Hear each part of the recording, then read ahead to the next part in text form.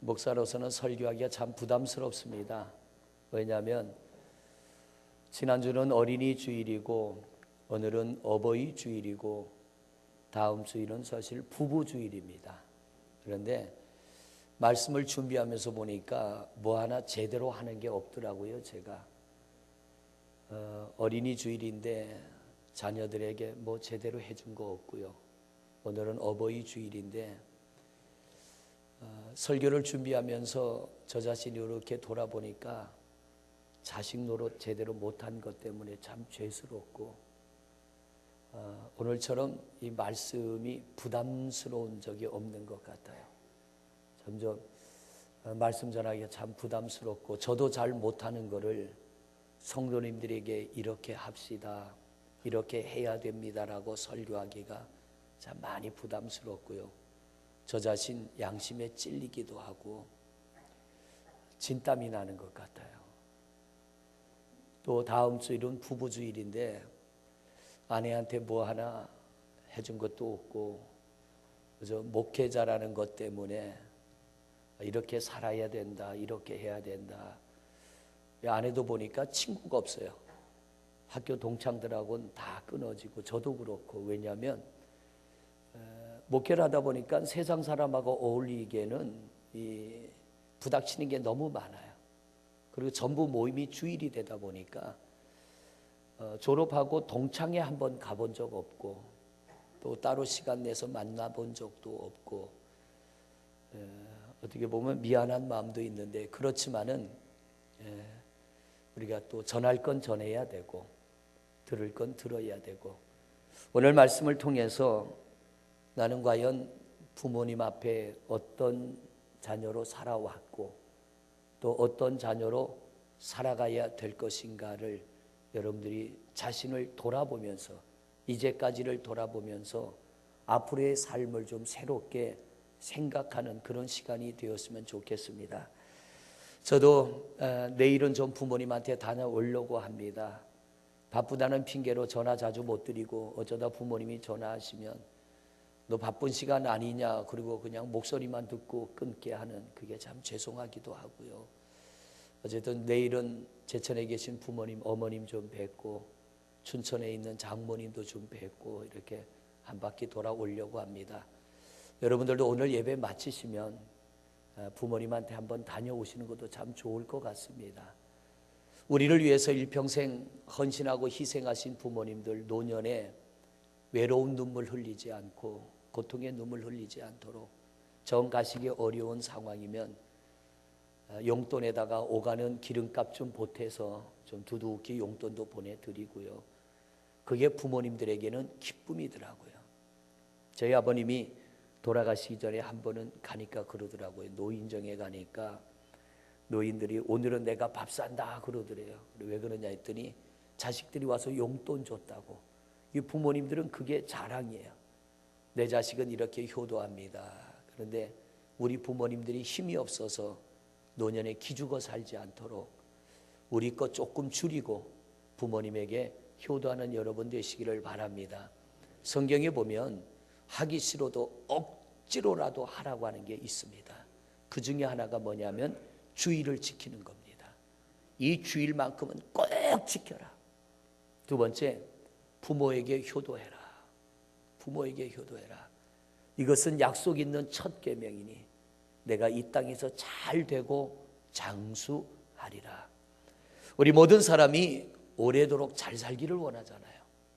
근데 제가 오늘 이 성경을 보면서요, 다른 거 잘 못해도 내 부모에게 효도만 잘해도 우리가 건강하게 복받고 잘 살 수 있겠구나.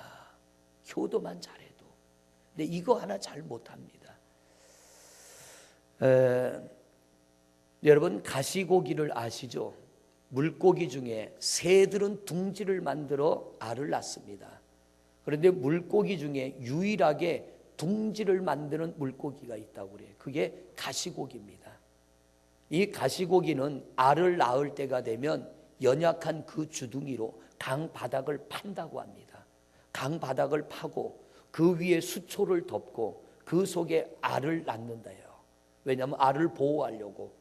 그래서 암컷이 알을 놓으면 수컷은요 그 알이 부화할 때까지 대개 15일 정도가 걸리는데 15일 동안을 그 암컷이 낳아놓은 알 주위를 떠나지 않고 지킨답니다. 다른 물고기가 와서 알을 먹을까 봐. 그러면 이 15일 동안은 이 가시고기 수컷은 먹지도 않고 잠도 못 자고 그 알을 지키느라고 15일 동안 진이 다 빠진대요. 그래서 알들이 부화해서 이제 새끼가 나올 때쯤 되면 수컷은 그 옆에서 죽는답니다. 그러면 그 알에서 깨난 고기들이 나와서 먹을 게 없으니까 죽은 아비를 뜯어 먹는 거예요. 그리고서 그 고기들이 부화해서 이렇게 성숙한 고기가 돼 가는데, 물고기 중에 알에서 부활해서 생존하는 확률이 가시고기가 유일하게 90%가 된대요. 왜냐하면 아버지 물고기에 정성된 헌신된 보살핌이 있어서 새끼들이 90%나 생존한다는 거예요. 그런데 여러분 가물치 아시죠? 가물치. 이 가물치도 그렇답니다. 가물치가 암컷이 알을 놓으면 수컷이요, 이 암컷은 알을 놓고 나면 가물치는 눈이 먼답니다. 눈이 멀고 어느 정도 시간이 지나면 다시 눈이 회복이 된대요. 그래서 이 암컷이 알을 놓고 나면 눈이 머는데, 눈이 멀은 상태에서 그 알들이 부화할 때까지 옆에서 지킨답니다. 여러분, 이 알들이 부화해서 보면은 어미 고기가 눈이 멀었잖아요. 그러니까 이 새끼들이 어미 입속으로 들어간답니다. 어미의 먹이가 되려고. 그러면 어미는 눈이 멀었기 때문에 자기 입속으로 들어오는 그 먹이가 내 새끼인지 아닌지를 모르고 그냥 삼킨대요. 그러면 어미 고기가 기력이 회복이 돼서 다시 눈이 떠진답니다. 이 가물치는 새끼들이 부화해서 생존하는 확률이 10%밖에 안 된대요. 왜냐하면 새끼들이 알에서 깨나서 어미의 입속으로 들어가서 자기 어미의 먹이가 되기 때문에 참 아름다운 관계잖아요. 가시고기는 자식을 지키느라 15일 동안을 먹지 않고 자지 않아서 결국은 탈진해서 죽고, 새끼들이 죽은 어미를 뜯어먹고 살아나게 되고, 가물치는 자식을 낳느라 눈이 멀었는데 자식들이 알에서 깨나 보니까 자기 어미가 옆에서 앞도 못 보고 먹지도 못하고 눈이 안 보이니 먹이를 먹을 수 없잖아요. 그러니까 이 어린 새끼들이 어미의 입속으로 저들이 들어가서 어미의 먹이가 돼서 어미를 살려주는 이 아름다운 공생. 우리가 천하게 보는 물고기도 자식을 위해 그렇게 희생하고, 또한 깨어난 물고기가 어미를 위해 희생하는데, 사람이 자녀의 도리를 못한다면 이게 미물만도 못한 거 아닙니까? 그래서 성경은 다른 어떤 말씀보다도 오늘 본문의 말씀에 보니까 너는 내 하나님 여호와께서 명령한 대로, 명령은 반드시 지키라는 겁니다. 반드시 지켜야 된다. 내 부모를 공경하라. 그리하면 내 하나님 여호와가 내게 준 땅에서 내 생명이 길고 복을 누리리라. 어제는 동영상을 하나 봤어요. 그 동영상에 보니까 내용이 뭐냐면, 어머니는 없고 아버지가 말을 못하는 농아입니다. 농아. 근데 딸을 하나 키웠어요. 근데 말을 못하는 아버지가 얼마나 그 딸 하나를 아끼며 키웠는지 이 딸이 자라나서 대학을 졸업하고 이제 취업을 하게 됩니다. 그런데 이 딸이 대학을 졸업하고 취업할 그 즈음에 백혈병에 걸렸어요. 그래서 이 딸이 취업을 앞두고 이제 1차 시험 합격하고 2차 면접을 봐야 되는데, 면접을 보기 전에 병이 악화가 돼서 그만 아버지 곁을 떠나게 됩니다. 근데 이 딸이 죽기 전에 그 회사가 꼭 들어가고 싶었어요. 그래서 죽기 전에 동영상을 하나 찍었습니다. 아빠, 내가 면접을 보기 전에 죽으면 면접관이 물으면 이런 대답을 해주세요. 자기가 동영상을 찍고 이 딸이 하나님 나라로 갔어요. 딸이 면접 시험 보는 날 말 못하는 아버지가 딸의 수험표를 가슴에 달고 면접실에 들어가서 면접하는 내용입니다. 한번 보시죠. 네, 앞에 불 좀 꺼주고.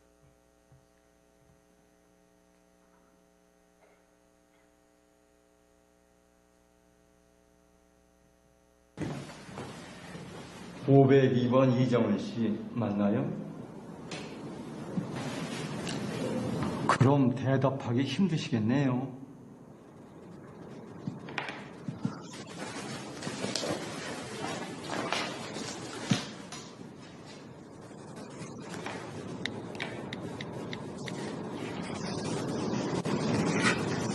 안녕하십니까. 142번 이정은입니다. 한국은 현수수라의 처방장인 아버지와 함께 다녔습니다. 우리 회사에 지원한 동기가 있나요? 그럼 우리 회사에 지원한 동기가 있나요?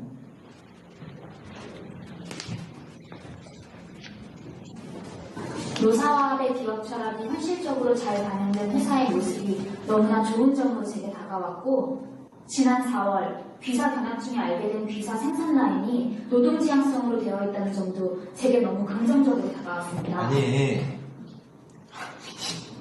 아니, 부끄러운 줄 아셔야죠. 이렇게까지 해서 면접을 보는 이유가 뭡니까? 안 부끄러우세요? 형, 면접이 장난도 아니고.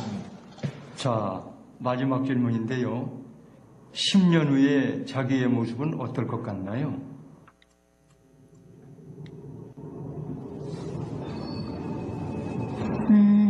엄청 잘생긴 남자한테 시집도 가서 애도 낳을 거야. 2명. 그럼 아빠 나 이제 자주 못 볼지도 몰라. 우리 아빠 이제 나 없이 어떡하나. 그런데 아빠, 미안한데 아빠가 이 영상 볼 때쯤 난 아마 아빠 곁에 없을 것 같아.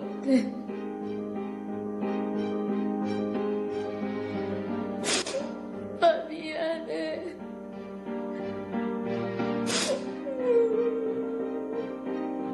너무 무서워.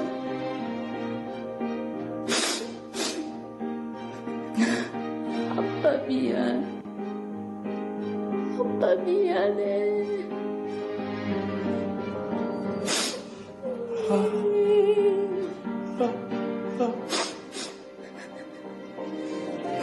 크게 숨호흡해. 서럽지 마. 잘 할 수 있어.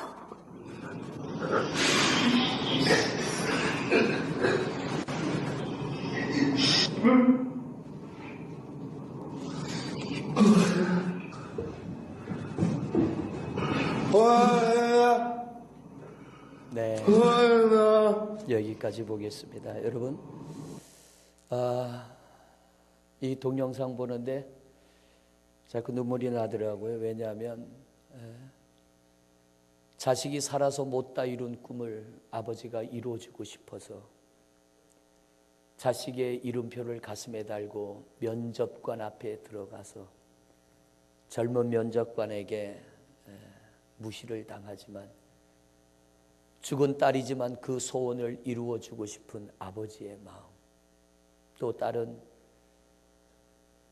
그렇게 백혈병으로 아버지 곁을 떠날 수밖에 없어서 아버지한테 미안해하면서 아버지 곁을 떠나가는 딸의 마음, 참 아름답지 않습니까? 부모님의 마음이고요, 자식의 마음이에요. 오늘 우리 부모와 자식의 관계가 이렇게 서로를 배려할 줄 아는 이런 마음을 가지고 있다면 바로 거기가 천국이 아니겠습니까? 세상은 갈수록 자꾸 이기적입니다. 자기 중심적이고요, 자기 이익 중심이고요, 가족 관계도, 부모 자식 관계도, 부부 관계도 이익을 따라 살아가려고 합니다. 오늘 이 성경 말씀에 있는 내 부모를 공경하라. 여러분, 공경이라는 단어를 제가 한번 찾아봤습니다. 도대체 공경이 뭐길래 내 부모를 공경하는 자는 땅에서 장수하고 내 부모를 공경하는 자에게는 복을 주리라 하시는가. 도대체 공경이라는 이 단어가 어떤 뜻을 담고 있길래 하나님이 공경하라고 하는가. 이 단어를 찾아봤더니요, 히브리어 공경은 카바드입니다. 카바드. 그 뜻이 뭐냐면 극과 극의 뜻이 나오더라고요. 극과 극의 끝. 공경이라는 단어는요, 무겁다, 짐이 되다, 힘겹다라는 뜻이 있습니다. 무겁다, 짐이 되다, 힘겹다. 반대로 공경이라는 단어는 또 다른 해석을 뭐라고 하느냐면 존경하다, 영화롭다, 존귀하다. 이 두 가지 상반되는 극과 극의 두 가지의 뜻을 다 담고 있는 게 공경입니다. 그러면 여러분, 공경이라는 이 단어의 뜻이 뭡니까? 내 부모를 공경하라. 이 말씀은 부모를 공경하는 일은 무겁고 짐이 되고 힘이 든다는 얘기예요. 부모를 공경하는 건 쉽지 않습니다. 그런데 무겁고 짐이 되고 힘들지만 내 부모를 공경하는 자는 하나님이 존귀하고 영화롭고 그에게 귀한 은혜를 베풀어 주신다는 거예요. 우리 부모님들이 자식을 키울 때 얼마나 부담이 됐겠습니까? 얼마나 무거운 짐이었겠습니까? 그런데 우리 부모님들이요, 가시고기처럼 우리 자식들 양육해 주셨어요. 가시고기처럼 우리를 낳으시고 길러주셨어요. 그런데 이제는 마치 알에서 부화된 가물치의 어린 치어들이 굶주리며 자기를 지켜진 어미의 입속으로 들어가서 어미의 먹이가 되는 것처럼 이제는 우리 자식이 그래야 된다는 거죠. 내 부모가 나를 키울 때에 무겁고 짐이 되고 힘들었지만 우리 자식을 위해서 그 짐을 져주신 것처럼 이제는 우리가 부모님에게 내가 효도하는 것이 무겁습니다. 여러분, 효도가 쉽습니까? 분명히 무겁습니다. 분명히 짐이 됩니다. 분명히 힘이 듭니다. 그러나 하나님은 어떡합니까? 해라는 거예요. 내 부모를 섬기는 것이 너에게 무거운 짐이 되고 너에게 힘이 되고 너희에게 고통이 되지만 내 부모가 너를 위해 한 것처럼 이제는 네가 내 부모를 공경해. 그러면 내가 너희의 삶을 영화롭게 해줄게. 할렐루야. 내가 너희의 삶을 존귀한 자의 삶이 되도록 내가 너에게 은혜를 베풀어 줄 거야. 성경을 보면요, 이 성경 속에 나오는 많은 인물들 중에 오늘 본문 말씀처럼 장수하고 복을 받으리라, 이 복을 받은 사람들의 하나 같은 공통적인 특징이 있습니다. 그게 뭐예요? 부모를 공경했다는 거예요. 부모를 섬겼다는 거예요. 여러분들이 잘 아는 노아의 두 아들 셈과 야벳, 아들이 셋이잖아요. 함과 셈과 야벳. 이 아들들 중에 셈과 야벳은 술이 취해서 벌거벗고 있는 아버지의 모습을 보지 않으려고 자기들의 겉옷을 벗어서 뒷걸음질 쳐서 벌거벗은 아버지를 덮었어요. 근데 함은 어떻게 했어요? 그런 아버지의 모습을 동생들에게 와서 떠들고 다녔어요. 야, 우리 아버지가 술 먹고 벌거벗고 누워 잔다. 야, 한번 가보자. 그 이야기를 듣자마자 동생들 셈과 야벳은 자기들 옷을 벗어 아버지를 덮었습니다. 성경은 뭐라고 합니까? 함은 셈과 야벳의 종이 될지라. 허물을 덮지 못한 자식은 동생들의 종이 되고 셈과 야벳은 존귀한 자리에 세워주셨어요.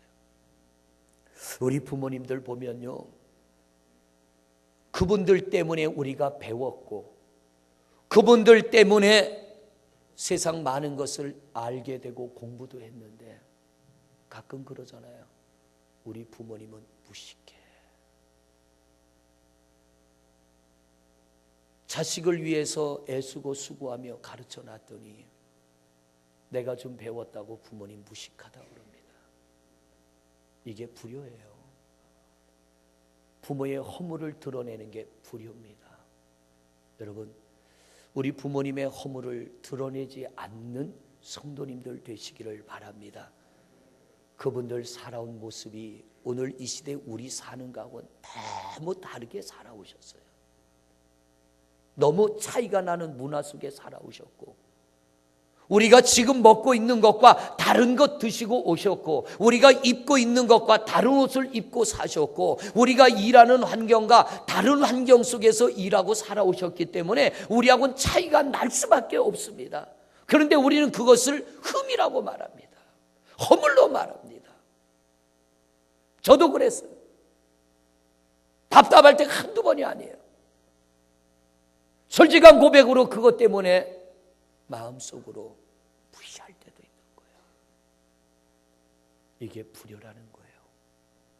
그거 하지 말라는 거예요. 여러분, 효도가 딴 거 아니더라고요. 내 부모님을 인정해 주는 거예요. 할렐루야. 좀 초라한 것 입고 사시고 배운 것이 좀 없을지라도 그분들 없인 우리가 없는 거 아닙니까? 남은 덮지 못해도 나는 덮어야 돼. 남들은 무시해도 나는 무시하면 안 되는 거예요. 왜? 그분들 그렇게 사셨기 때문에 우리가 있는 건데. 우리 셈과 야벳처럼 덮는 성도 되시기를 바랍니다. 어제 운전을 하면서 라디오를 들으니까 이제 어버이날이 다가오는데 부모님에게 죄송한 사연이 있으면 올리세요 하는데, 요즘 휴대폰으로 문자 올리잖아요. 어떤 사람은 그러더라고요. 비 오는 날 우산 들고 온 엄마가 너무 초라해 보여서 친구 우산 쓰고 엄마 눈 피해서 도망간 거 부모님께 용서를 빕니다. 이런 글을 올렸더라고요. 내가 내 부모 보기에 너무 친구들 앞에 내 어머니라고 말하기에 너무 어머니 모습이 초라해서 어머니의 눈을 피해 도망갔던 것. 우리 부모님을 피하지 않는 성도들 되시기를 바랍니다. 이삭은요, 아버지 아브라함이 번제단에 자식을 묻고 올릴 때 이삭은 거부하지 않아요. 아버지, 장작은 준비됐는데 하나님 앞에 드릴 번제물 어디 있습니까? 물을 때 이삭은 자기가 번제물이란 거 알아요. 하나님께서 친히 준비하신단다 아들아. 그리고 아들을 묶을 때에 이 아들이 왜 그거 모르겠습니까? 아버지 노망 났어요. 왜 나를 묶으세요? 이러고 거부하지 않고요, 아버지 하는 대로 그대로 이삭이 따라갑니다. 우리 아버지가 늙어서 노망 들은 게 아니고 우리 아버지가 정신이 이상해진 게 아니라 자기 아버지를 믿는 거예요. 그리고 아버지 앞에 자기를 내맡깁니다. 하나님은 그런 이삭을 축복한 줄로 믿습니다. 여러분, 좀 연세 드시면 헛소리도 하고요, 그렇습니다. 어린아이는 힘이 어디에 있어요? 어린아이는 다리에 있어. 다리에 있어가지고 얼마나 종일토록 뛰다니나 몰라. 어린 손자 한번 쫓아다녀 보세요. 지금 쫓아다닐 수 있나? 젊은이의 힘은 어디에 있어요? 허리에 있어. 연세 드시면 힘이 어디로 가요? 입으로 가요. 왜? 다리 움직일 힘 없어. 허리도 움직일 힘이 없어. 그런데 뭐 움직일 힘은 있어? 입은 움직일 힘이 있어. 그러니까 연세 드신 분들은 뭐가 많아요? 말이 많아요. 했던 얘기 또 하고 했던 얘기 또 하고. 저희 어머님도 가면은 하여튼 기억력도 좋아. 나는 다 까먹는데 막 수십 년 전의 얘기, 제가 어릴 때 얘기부터 50년이 넘은 얘기도, 50년이 뭐예요? 시집 올 때 얘기, 어릴 때 얘기, 막 70년 전의 얘기를 다 기억하고 있어. 그런데 가면 그 얘기 또 하셔. 우리 장모님한테 가면 또 하실 거예요. 저희 어머님한테 내일 가면 또 하실 거예요. 효도가 뭐예요? 들어주는 게 효도요. 우리는 나중에 늙으면 안 그럴 것 같아요? 저는 나중에 늙으면 안 그럴 것 같아요? 똑같아요. 똑같아. 성경은 뭐라고 그래요? 뿌린 대로 거둬. 내가 그런 부모님 무시하면요, 나도 나중에 자식 앞에 무시당하는 거예요. 들어주는 게 효도입니다. 받아주는 게 효도입니다. 부모님한테 가거들랑 여러분 들어주세요. 처음 듣는 것처럼 한 20, 30번 들어가지고 내가 할 수 있지만 처음 듣는 것처럼 나 그럴 때가 있었어요. 어떻게 사셨어요? 막 처음 듣는 것처럼 신기한 것처럼 들어드리는 거예요. 그때 이 부모님들은요, 엔돌핀이 나고 다이돌핀이 나오는 거예요. 이삭이 늙은 아브라함이 자기를 꽁꽁 묶어 번제단에 올릴지라도 거부하지 않고 올라갔던 것처럼, 그거 돈 드는 거 아니잖아요. 부모님 얘기 들어드리는 거 그거 힘드는 거 아니잖아요. 그런데 우리 안에 어떤 마음이 있냐면 무시하는 마음이 있으니까 안 들으려고 하는 거예요. 무시하는 마음이 있으니까. 그러지 말고 부모님이 했던 얘기 또 할지라도 처음 듣는 것처럼 잘 들어주시길 바랍니다. 왜냐하면 대화의 상대가 없어요. 연로하신 분들 대화의 상대가 없어. 어쩌다 자식 오면 이야기가 하고 싶은데 TV 앞에 앉아갖고 쳐다보도 않은, 눈도 안 마주쳐. 그리고 용돈 몇 푼 드리고 훌쩍 떠나버리는데, 그러지 말고 우리 부모님의 이야기를 잘 들어주고 순종하는 여러분 되시기를 바랍니다. 자, 한 사람 더 이야기할까요? 야곱의 네 번째 아들이 누구예요? 유다잖아요. 유다. 유다가 왜 예수님의 조상됩니까? 저는 보면 유다가 아닌 다른 사람이 예수님의 조상돼야 되는데, 마태복음 1장을 보면 유다에게서 예수님이 나요. 유다에게서. 그런데 이 유다가 왜 예수님의 조상이 됐느냐? 유다는 두 가지를 잘했더라고요. 첫째는 배다른 형제들이 10명이나 있잖아요. 그런데 이 10명이 누구를 죽이려고 했어요? 11번째 동생 요셉을 죽이려고 할 때 그 죽음을 막은 게 유다입니다. 여러분, 말로라도 남을 죽이고 해코지하는 일에서 손을 떼는 여러분 되시기를 바랍니다. 우리는 살리는 일을 해야 돼. 입술로라도 남을 살려야 돼. 말로라도 남을 살려야 돼.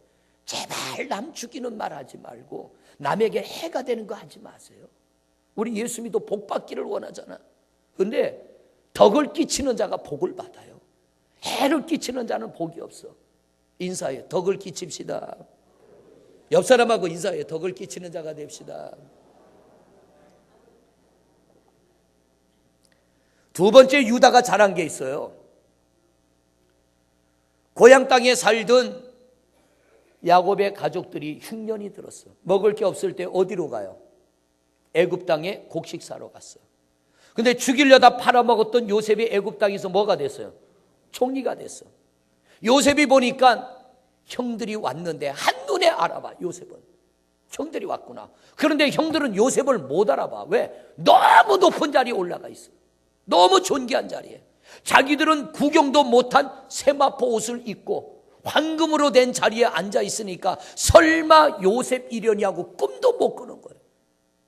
이 요셉이 자기 어머니 라헬에게서 난 동생 베냐민을 봅니다.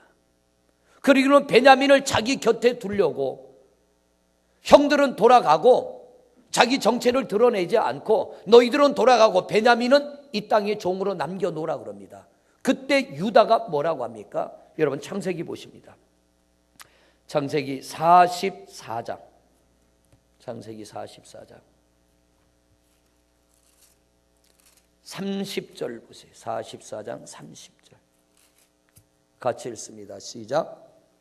아버지의 생명과 아이의 생명이 서로 하나로 묶여 있거늘 이제 내가 주의 종 우리 아버지에게 돌아갈 때에 아이가 우리와 함께 가지 아니하니 31절.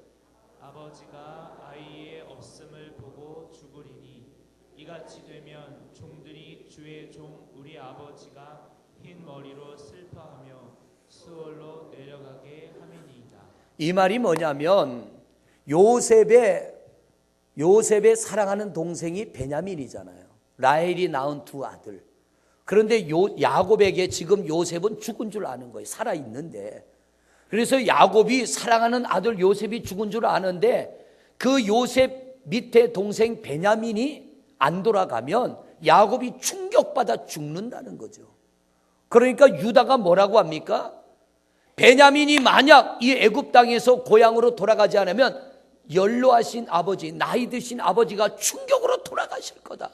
그러니까 차라리 내가 이 땅에 종으로 남을 테니까 베냐민은 보내달라. 이 유다는요, 성경에 보니까 특별하게 한 일은 없는데 살리는 일에는 자기를 아끼질 않아. 내가 종이 되든 내가 너희들에게 버림을 받든 내가 너희에게 배신자가 되든 자기를 돌보지 않고요, 살리는 일에 자기를 내놔. 그랬더니 하나님이 이 유다를 예수님의 조상이 되는 존귀한 복을 준 줄로 믿습니다. 공경이 뭐라고 그랬어요?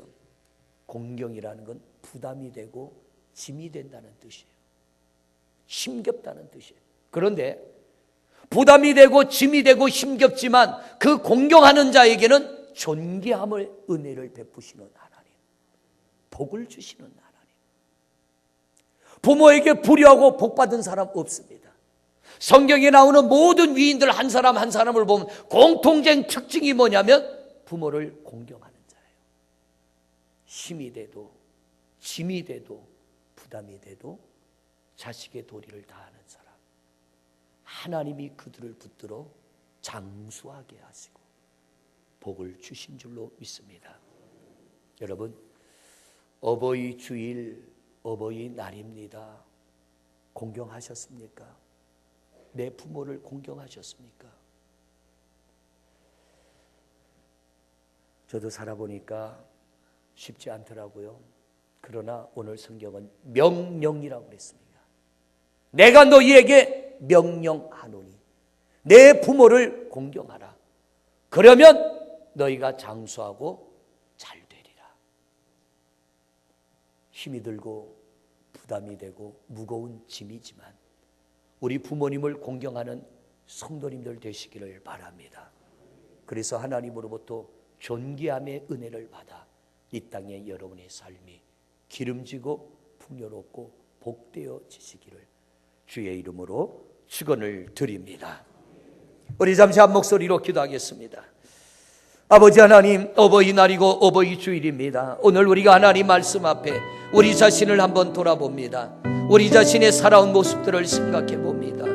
과연 내가 내 부모님 앞에 어떤 존재로 살아왔는지, 내가 내 부모를 공경하며 내 부모님께 효도하며 내 부모님들 앞에서 내가 바르게 행동했는지, 우리 부모님들의 눈물 어린 헌신과 희생과 우리 아름다운 사랑 가운데 저희들이 여기까지 올 수 있었습니다.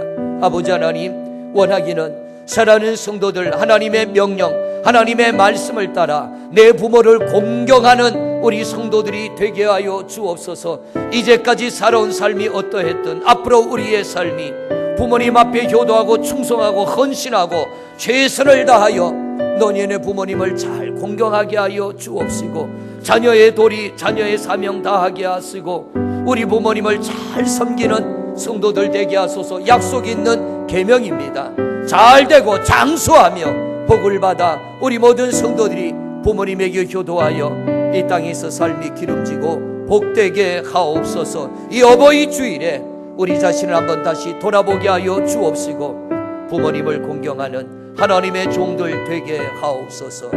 예수 그리스도 이름으로 기도드립니다. 하나님, 명령이라 했습니다. 내 부모를 공경하라고 했습니다. 공경은 짐이 되고 힘겹고 부담스러운 일입니다. 그러나 내가 내 부모를 공경할 때 하나님은 우리에게 복을 주시며 장수하게 한다고 했습니다. 불효하면 거꾸로의 현상이 나타납니다. 효도하면, 내 부모를 공경하면 이 말씀이 이루어질 줄로 믿습니다. 하나님, 어버이 주일에 우리 모습 돌아봅니다. 참 부끄럽고요, 초라하고 죄스러운 건 너무 많습니다. 돈 드는 거 아닌데 부모님 이야기 들어주는 것도 귀찮아하고, 그분들 애쓰고 수고하셔서 가르쳤는데 무식하다고 외면하고, 입는 것이 드시는 음식이 우리하고 다르다고 거리감을 둘 때도 있습니다. 교만한 자녀들입니다. 하나님, 우리에게서 이런 모습들 버려지게 하여 주옵시고, 정말 짐이 되고 부담이 되고 힘이 들어도 부모님 공경하게 하옵소서. 그러면 우리 삶이 하나님 은혜 가운데 복되며 장수하게 될 줄로 믿습니다. 우리 모든 성도들, 오늘 이 어버이날, 어버이 주일에 부모님을 가깝게 만나게 하시고, 부모님에게 자녀된 도리하게 하시고, 부모님으로부터 사랑받는 자녀, 부모님을 사랑하는 자녀 되게 하옵소서. 노년의 부모님들의 삶이 건강하고 평안하고 기름지고 풍요롭게 하옵소서. 예수 그리스도 이름으로 기도드립니다. 아멘.